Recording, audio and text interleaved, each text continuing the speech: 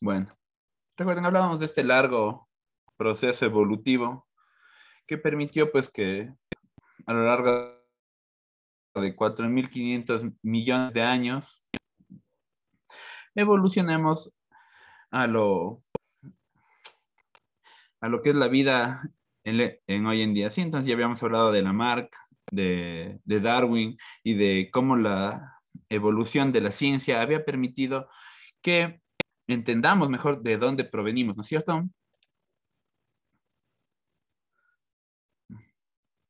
Entonces, aparte de entender ya de dónde proveníamos como tal, ¿no es cierto? También hablábamos de que de que el ADN nos permitía entender cómo varias veces quizás los genes que no son los adecuados, los que no se pueden considerar adecuados, simplemente pasan de generación en generación presente en el ADN, sí, o como varios cambios existían abruptamente de una generación a otra cuando eran cosas que no se habían visto en generaciones pasadas en una misma especie. Hablábamos de que, por ejemplo, la mutación de los genes podía permitir que pasen varias cosas que aumente la variabilidad de las especies, sí, los caracteres generales, como por ejemplo el tamaño del pelo, presencia o ausencia de pelo, sí, pero este ADN pues mutaba aleatoriamente, entonces no es predecible qué cambios iban a suceder de esta forma. Ya también hablamos nuevamente de la selección natural que impedía que los animales que no generaron una estrategia de vida adecuada como tal, como por ejemplo la que tenemos aquí en la imagen, ¿no es cierto? Les decía, podemos ver que existen dos, dos especies de conejo, ¿no es cierto? Los que están blanquitos y los que son blanco con negro. Obviamente para las águilas que están cazando en este medio era muchísimo más sencillo cazar a los que son más vistosos en la niebla. Entonces eso es la selección natural de una generación a otra, iban a desaparecer este tipo de caracteres. Sí, por más que existan solamente conejos blancos, pues ya va a ser muy difícil y un evento muy raro el que se permita que se vuelvan de otro color. Y esto era lo que nos llevaba a lo que llamábamos la deriva génica, que era un cambio, el cambio de proporción de un alelo, ¿no es cierto? De lo que daba una característica de una generación a otra. Veíamos el ejemplo, por ejemplo, de estas ratas que puede pasar que están una blanca a proporción de una gris y dos negras a que esté una negra y dos gris. Sí, era un cambio que no se explica, ¿sí? Consecuencia de una mutación genética rápida o simplemente del azar. Sí, aleatoriamente el cuerpo del individuo escoge qué genes va a expresar. Ya no lo escoge conscientemente, como les digo, es algo aleatorio que simplemente pasa. Por eso, pues varias veces igual, inclusive en las mismas familias, a veces vemos que alguien puede nacer con el tono de piel más claro o más morenitos, y es algo aleatorio que simplemente va a pasar. Y esto es considerando pues uno de los mecanismos que sirven para la evolución de la vida humana, aparte de todo lo que había propuesto Darwin y mejorado con estas leyes de la genética, perdón, permitía que los individuos mejoren o cambien como tal en su proporción. Sí, quizás no como resultado de una extinción masiva o de falta de capacidad de adaptarse, sino como una jugada al azar, digamos, del destino. Ya, también habíamos hablado ya acerca de las pruebas de la evolución. Sí, esto ya vimos con ustedes, también pruebas de la evolución. Sí, Sí, Lisa, Lisa, ya ya vimos. vimos. Sí, listen, ya vimos. Sí, ¿no es cierto? Ya habíamos hablado igual de que existen tres grandes pruebas de la evolución, que eran principalmente el registro fósil, la anatomía comparada, que sucedía en órganos homólogos, que Dale significaba que nueve. sirven los micrófonos, porfa, ya, órganos homólogos que eran los que se ven diferentes de una especie a otra, pero presentan la misma estructura. Hablábamos del ejemplo de que presenta la misma estructura la ala de los murciélagos para volar, las aletas de las ballenas para nadar y los brazos en el ser humano. Sí, la misma distribución de los huesos como podíamos ver, o órganos análogos que eran totalmente lo opuesto, que eran a pesar de que se ven totalmente diferentes, cumplen la misma función, como la aleta de la ballena o las aletas de los peces óseos del fondo del mar. Sí, ambas sirven para nadar, pero su misma composición les hace totalmente diferentes. Y órganos vestigiales, como yo les decía, pueden ser, en el caso de los seres humanos, el apéndice, las muelas del juicio, que ya no se utilizan para nada, ya no son necesarias en el cuerpo como tal, pero están presentes, pues, digamos, por defecto de fábrica como tal.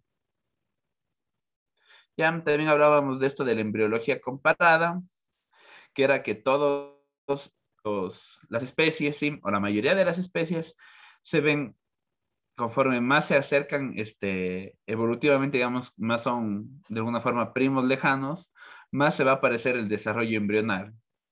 Hablábamos de que, por ejemplo, en cuanto a un pez, una ave, un chimpancé y la especie del ser humano, sí, en los primeros estadios del embarazo o de la gestación nos vemos tal cual idénticos, sí. Simplemente que con el paso de los meses se iban a desarrollar de diferentes formas las extremidades y las funciones que les damos cada uno a estas. Como que el pez ya desarrolla sus aletas, no extiende sus extremidades y la ave las transforma en alas y el chimpancé y el ser humano en extremidades superiores. Entonces esto nos permitía comparar y ya darnos una buena pista y una buena idea de que todos venimos del ancestro en común, de lo que hablábamos, de lo que yo le decía, estas bacterias primitivas que estuvieron en esta tierra prehistórica hace 4.500 millones de años y que íbamos a evolucionar a todo esto. Entonces, como ya veníamos, digamos, con una parte del ADN precargado, similar, es lo que nos hace vernos así. Ya, de la misma mano con lo que estábamos hablando, con estos últimos tres temas vistos, también podríamos compararnos según el ADN. Sí, conforme, digamos, menos mutaciones tiene un ADN, más primitiva puede considerarse esa especie, o sea, más antigua como tal. Por ejemplo,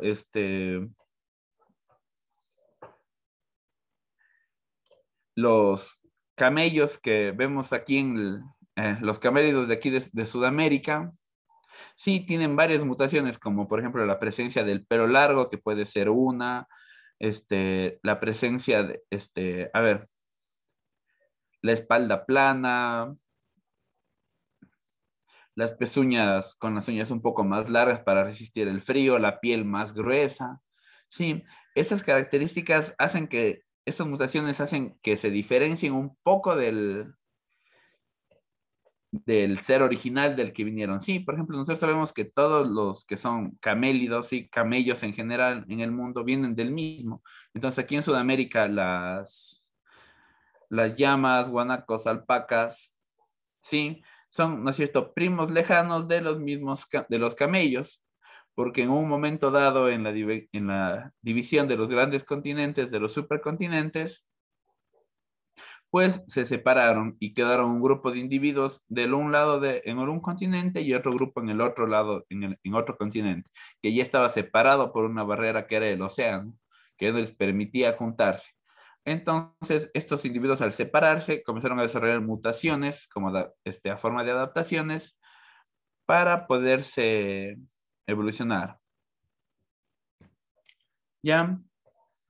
Entonces, estas pequeñas mutaciones en la comparativa del ADN nos indica qué tan cercanos están los individuos, porque por ejemplo, en lo que estamos viendo en este momento, podemos ver, ¿no es cierto?, que la especie 4 es la que tiene menos mutaciones, ¿no es cierto? Tiene todos los genes normales. Esta podría ser la que consideramos la más antigua, ¿sí?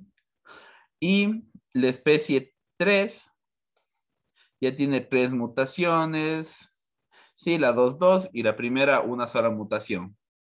Entonces, en efecto de esta consideración de cómo funcionan las mutaciones, sí, y cómo nos podríamos emparentar, podemos decir que, ¿no es cierto?, entre la que no tiene ninguna y la que tiene solamente una mutación es en las que hay más parecidos. Entonces, estas podríamos decir que son las que se podrían considerar primos en primer grado, sí, tal cual vemos en el dibujito igual de la parte inferior, sí, del el ancestro en común y la especie 4 es la más antigua y ese color ni se ve. Ya, la especie 4 que es la más antigua y su prima más cercana, la especie 1 porque solamente tiene una mutación. Conforme aumenta el número de mutaciones, pues más se aleja. Ya, entonces, ahorita ya existieron más mutaciones a lo largo del tiempo y hace que se dividan en dos nuevas especies, la especie 2 y la especie 3, que se parecen, pero por una mutación de diferencia, pues pasarán a ser primas y no ser el mismo individuo. Entonces, estos estudios de comparación del ADN como tal nos facilitan muchísimo encontrar las similitudes que hay entre unos o a veces diferencias que no notamos a simple vista. Ya, por ejemplo, existen especies de ranas que, que se ven estéticamente iguales, ¿sí? Digamos, este es el lomo de la rana y tienen una manchita aquí, una gran manchita aquí y aquí una línea, ¿sí? Por ponerles un ejemplo. Y ves que otra especie de rana tiene la misma manchita por ahí mismo y una línea bastante similar.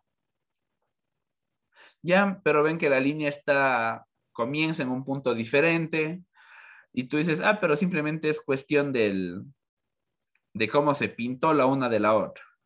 Haciendo estudios de ADN, sí, de comparación de ADN, pudieron descubrir que estas eran dos especies diferentes, porque el hecho de que esta rayita de color se vea tan diferente, o sea, se presente de una forma diferente, ya era una mutación que que le permitía considerarse una nueva especie. Entonces, es aquí donde radica la importancia de estos estudios de ADN, ¿no es cierto? Y por último, sí, el, el último puntual de la evolución es la biogeografía, ¿sí? Que estudia la distribución de las especies geográficamente, ¿ya? Entonces, a ver, si recordamos cómo se veían, ¿no es cierto?, los supercontinentes muy ancestrales que veíamos que era una sola masa de tierra todos juntos, pues sabemos que en este punto de la evolución, ¿no es cierto?, todas las especies frecuentaban los mismos sitios porque vivían en un solo continente, entonces les era muy sencillo migrar de un punto a otro. Ya íbamos a encontrar millones de individuos de las mismas especies. Cuando suceden estos cambios, ¿no es cierto?, se separan geográficamente. ¿Ya? Pero pues por reconstrucción de cómo se veía el planeta en ese entonces, digamos, si volvemos a formar a partir de cómo se ve el continente ahorita, o sea, si le ponemos de retro y vemos cómo se ven los continentes, ahí se encontraron razones por las cuales los animales eran tan similares en partes tan extremas del globo, ¿no es cierto? Como por ejemplo lo que les decía antes, la presencia de camellos aquí de los camélidos de las llamas en Sudamérica y de los camellos en Medio Oriente, las especies de pumas, tigres,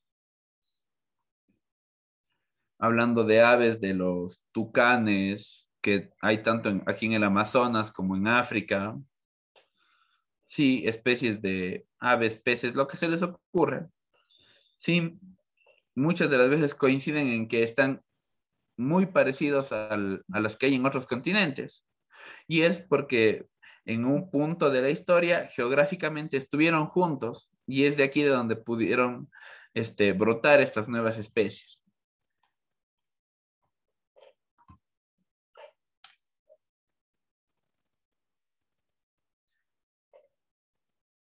¿Ya?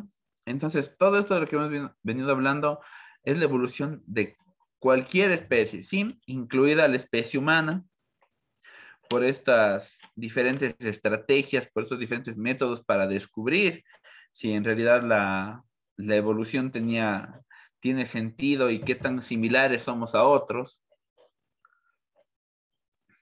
Entonces, ahora sí podemos entrar al, a resaltar un poco la especie de la evolución humana, ¿sí? Cómo nuestra especie llega a consagrarse y a demostrarse como la especie dominante. Ya, como sabemos, la especie humana proviene de las mismas especies, del mismo grupo de primates, donde están el orangután, el gorila, el chimpancé, sí, mayoritariamente distribuidos por Asia y África. Estas especies, con todas estas especies compartimos, sí, un 93% del ADN. Ya, entonces nosotros somos literalmente parecidos a todos los animales, un 93%, ¿ya? Y un 7% de mutaciones son lo que nos llevó a formarnos como la especie dominante, ¿sí? Solamente un 7%. Esta pequeña porción es suficiente para que se haya cambiado la historia y el rumbo de la Tierra. Sí, es esta diferencia que seguramente empezó siendo el 0,01%, sí, hasta alcanzar este 7% que nos permitió dominar sobre la faz de la Tierra. Ahora, como habíamos visto en un punto dado, ¿no es cierto? Formábamos una gran masa de continentes llamada Pangea, conforme pasó el tiempo, Gondwana y la Eurasia, ya, pero cabe resaltar que normalmente los países de África estuvieron mucho más juntos que nosotros mismos en la mayoría del espacio, espacialmente, ¿sí? Entonces, la primera diversificación, el primer paso que se encuentra en la historia, ¿no es cierto?, pasando del gorila a los primeros humanoides, ¿sí? Se da hace 4 millones, entre hace 4 y 2,5 millones de años, ¿sí? 1,5 millón de años, la especie que más se asemeja a lo que se vuelve el ser humano es esta especie llamada Australopithecus afarensis, ¿sí? Se encontraron sus restos primero en Australia, luego en las partes playeras, digamos, de África y luego hasta el centro del continente como tal. Ya, en estos individuos tenían una capacidad craneal de 450 centímetros cúbicos, es decir, menos de medio litro, ¿sí? Para que se hagan una idea, la mitad de una funda de leche es lo que tenían en este momento, en este cráneo estos individuos, ¿sí? Esta pequeña porción estaba destinada al cerebro. También podemos distinguir en la cara que a comparación de lo que somos hoy en día el ser humano, ¿no es cierto? Tiene la cara muy grande, con la mandíbula proyectada hacia adelante, ¿sí? Porque esto era para la forma de alimentación de su época. ¿No es cierto? Quizás no estaba cocinada la carne, ¿verdad? No estaba, las frutas eran mucho más toscas de como las conocemos hoy en día. Ya la dentadura necesitaba tener esta gran proporción, estar así de salida para permitir a los humanos alimentarse. Entonces, imagínense, en este momento el cerebro de la especie es un tercio de lo que es hoy en día. Ya, y no estaba desarrollado. Este humano no tenía mayor ventaja sobre la naturaleza. Era un animal más libre en el campo. Ahora, pasado la época en la que existió este individuo, ya, esto evoluciona a lo que se conoce como Homo habilis, que va a ser el individuo que ya comienza a tener herramientas como las hachas, como palos para la caza, a recolectar fruta. Sí, entonces durante un poco menos de 1 millón de años, el Homo habilis comienza ya, podríamos decir, a intentar dominar la Tierra, a dar batalla con las especies, con las grandes especies dominantes de su época, sí, mamuts gigantes, quizás perezosos, animales pues que eran superior corporalmente y agresivamente, que forzaron al ser humano a seguir dando pasos de adaptación biológica para seguir resaltando y sobrevivir en el medio. Entonces, lo más importante es que la cara ya es mucho más pequeña, ¿sí? Más simétrica a lo que conocemos hoy en día como características de la especie humana, ¿ya? Y la mandíbula ya comienza a retraerse, ¿sí? O sea, pasamos de esta cara tan salida, tan tosca, pues a algo ya más recto, un poco más parecido a lo que somos hoy en día. Ya, pero todavía, obviamente con facciones todavía muy toscas de lo que iba a hacer.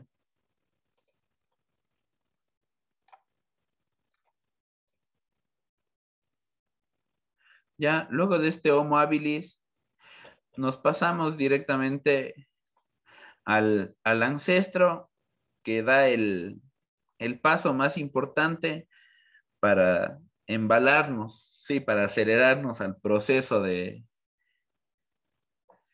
especie dominante.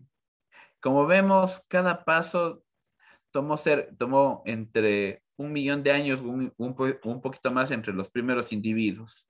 Ahora, este último gran golpe, ¿sí? De 1,5 millones de años, hace que, que nuestros antepasados se levanten, ¿sí? Desarrollen la cualidad una de las cualidades más importantes del ser humano y lo que nos permite ponernos al frente de las demás especies. ¿Ya? Esto que se llama el bipedismo completo, que es el simplemente ponerse de pie. ¿Para qué? Para poder estar atento de todos los 360 grados de ángulo que nos rodean, para poder evitar que nos ataque un tigre por adelante y caer a un acantilado por otro ángulo.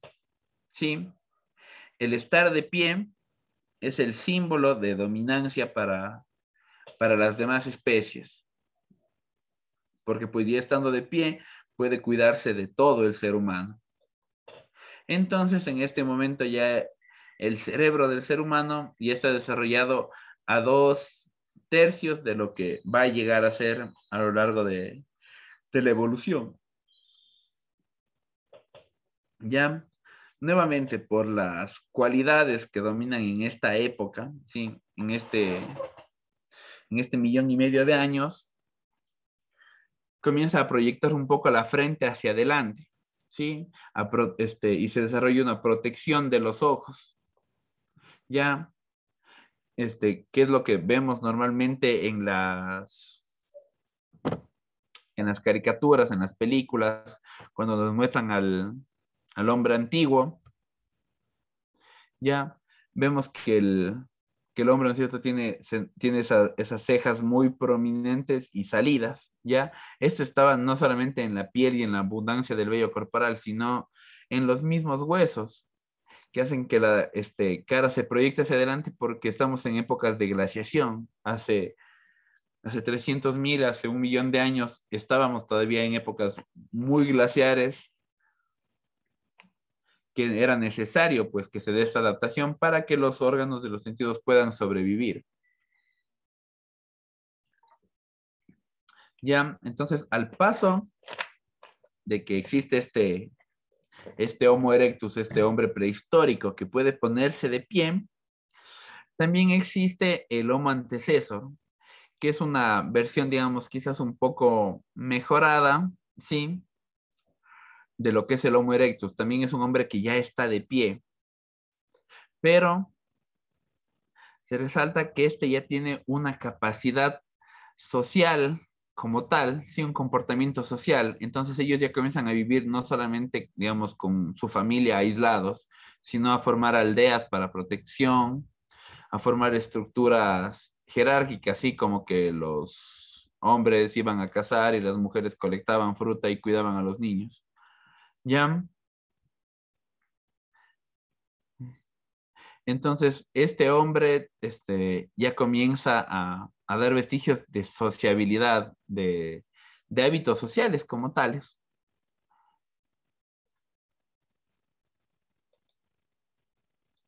Ya, luego de estos dos individuos, sí, de Homo habilis y Homo antecessor, pasamos al ya gran desarrollo de la especie humana como tal. Sí, como podemos ver, a comparación de todo lo que ha pasado de evolución humana, al separarse de los primates, podemos ver que en la actualidad, que para esta época, sí, hace 250.000 años, 30.000 años, que ya es poco, sí, pasa a ser el 0,03% de toda la historia de la evolución de la humanidad. Ya el hombre desarrolla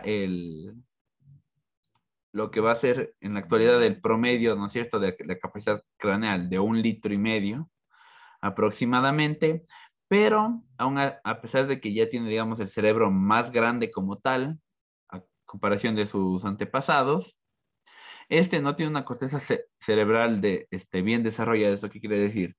Que no genera procesos neuronales, que es lo que nos permiten tener ideas, hablar, movernos, a voluntad.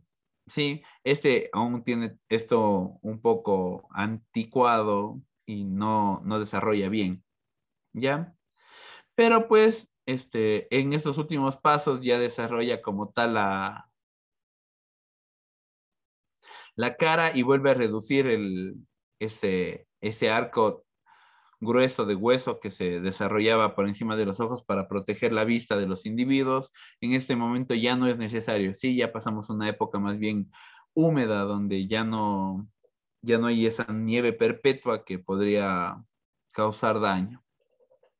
Ya, entonces, de 30.000 años para acá, se extinguió esta especie, sí, que estaba distribuida por toda Europa. En esta época, pues, a lo largo del mundo se estuvo desarrollando los últimos 160.000 años la especie humana, ya como tal, el Homo sapiens, el hombre que complementa, la especie humana que complementa todo lo que somos, ¿sí? Al punto el mismo desarrollo de la cultura.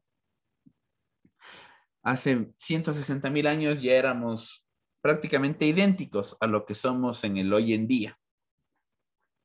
Ya el Homo sapiens se permite como tal ya dominar la Tierra, ¿no es cierto? Y es un hombre pensante, un hombre con civilizaciones establecidas, y es un hombre que va a comenzar a desarrollar el idioma, el habla, eh, donde se comienzan a ver esto de los inicios de las culturas rupestres, ¿no es cierto? De las pinturas rupestres, estas formas de comunicación, a pesar de que la lengua no está bien desarrollada como tal, pero ya se comunicaban por dibujos entre las paredes para avisar de que quizás era un lugar peligroso donde había animales que les cazaban. Pero para este punto ya somos una especie que está de pie, que puede huir, ya que vive en en aldeas, en conglomerados para poderse cuidar unos de los otros.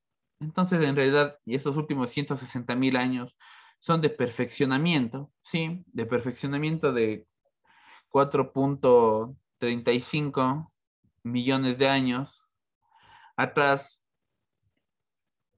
todo lo que hemos avanzado. Entonces, en estos últimos 160.000 años, haber logrado todo lo que hemos logrado es increíble, porque quizás si lo vemos a breves rasgos, no es tan no es tan impresionante el cambio que sucedía, ¿no es cierto?, entre las dos primeras especies, ¿sí? En el Australopithecus y el Homo habilis, no había mucho que resaltar, sí, a pesar de que fueron cambios que sucedieron a lo largo de un poco más de 2 millones de años. A diferencia de nosotros que llevamos 160.000 años en la Tierra y ya fuimos y volvimos del espacio miles de veces. ¿Ya? Entonces, ¿alguna pregunta de lo que acabamos de ver?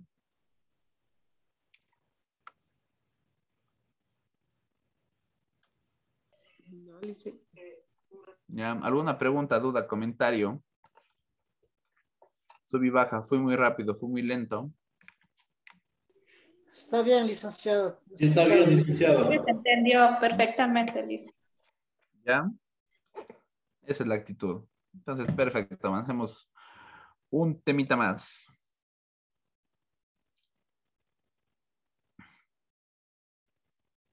¿Ya? Entonces, todo lo que hemos visto,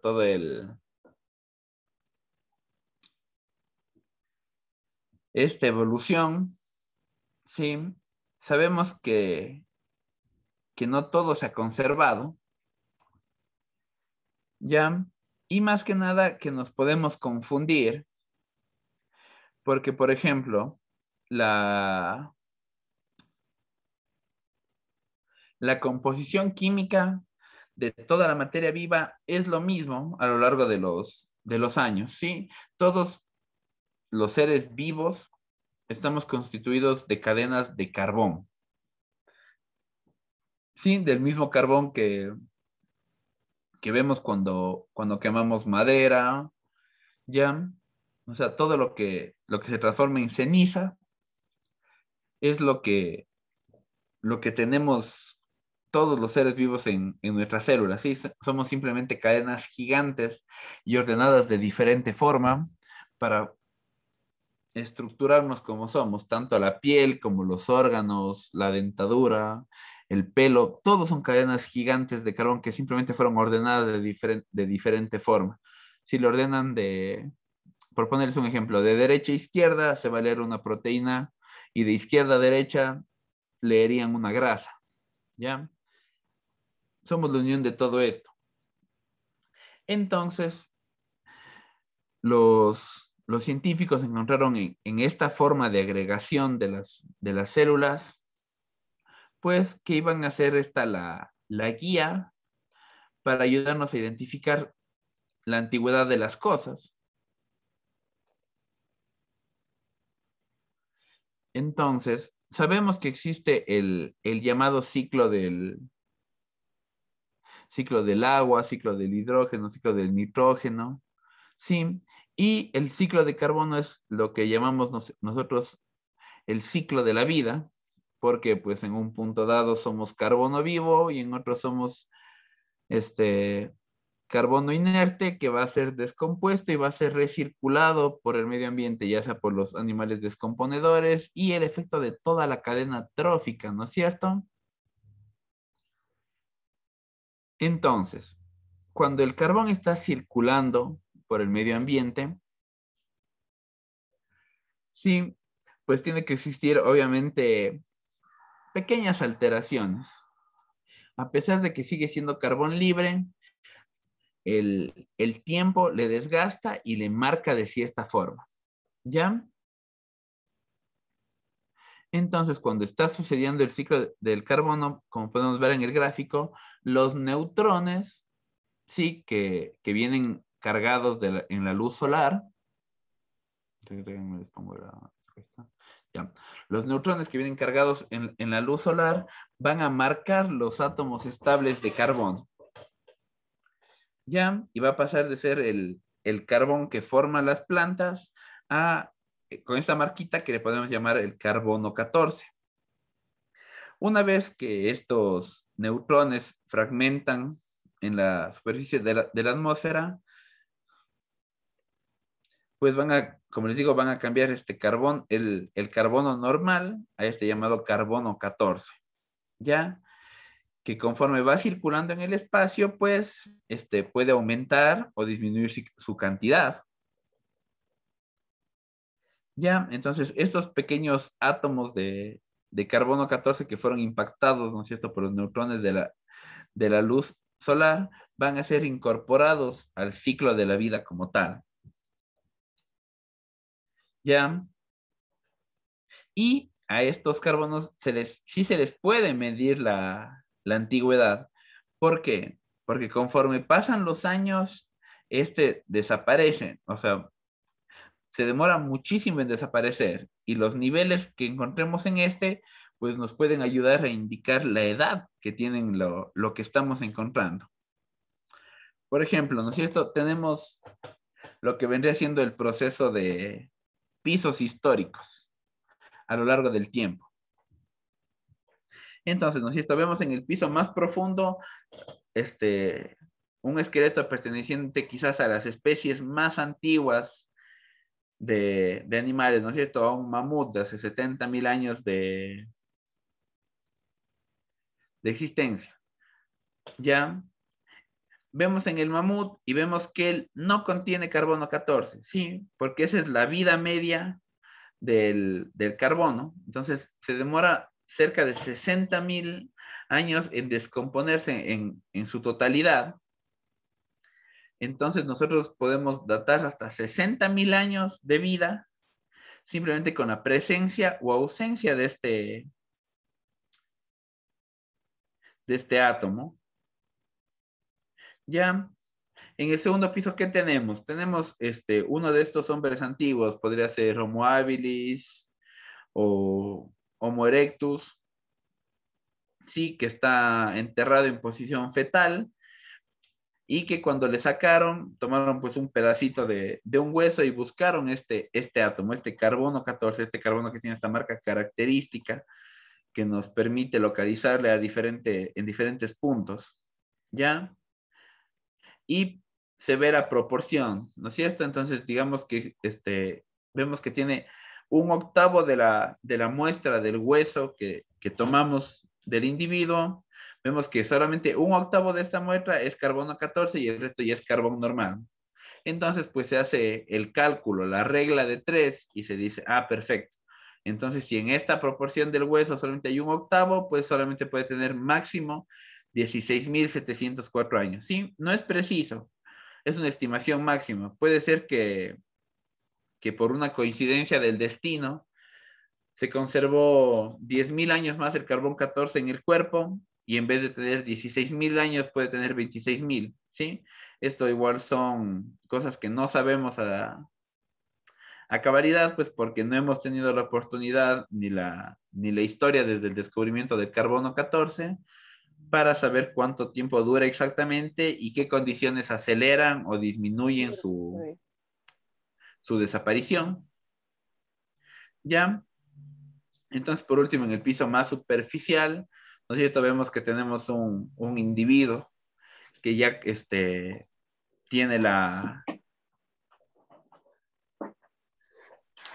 perdón, a un individuo que ya tiene vestigios de cultura, ¿no es cierto? Que está enterrado con urnas que quizás contienen pues sus órganos, dependiendo de la cultura a la que pertenezca. Y de igual forma vemos que tiene la mitad de que en una muestra de su cuerpo tiene la mitad de carbono 14 y decimos, perfecto, este sujeto puede tener máximo 5.730 años de antigüedad. Entonces es como este método se utiliza para investigar. No sé si es que han visto en Jurassic Park, tanto en las antiguas como en las nuevas, también hablan de que son individuos que son muestras de ADN, que el carbono 14 indica que tienen 50.000, 70.000 años de antigüedad.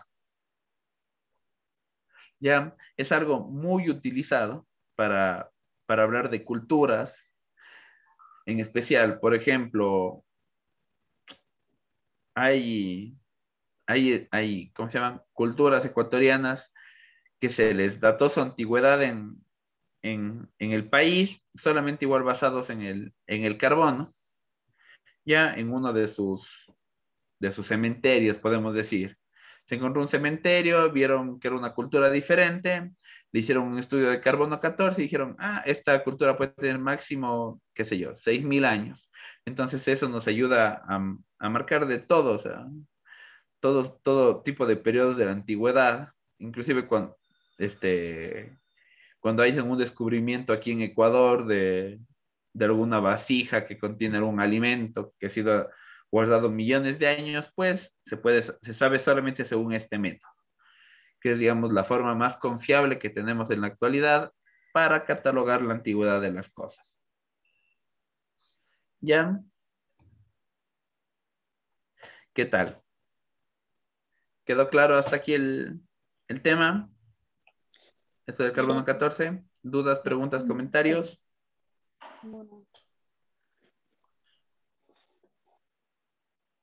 Sí está claro, licenciado. Sí, licenciado, sí está claro. Sí, porque por aquí mismo creo que va las preguntas para la prueba. ¿Ya?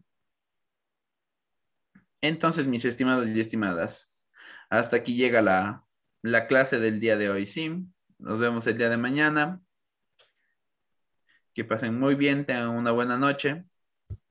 Licenciado, disculpe. Dígame, Rosa. Licenciado, ya tomó lista. Lo que pasa es que yo entré un poquito más, un poquito tarde. Lo que pasa es que se me fue el internet.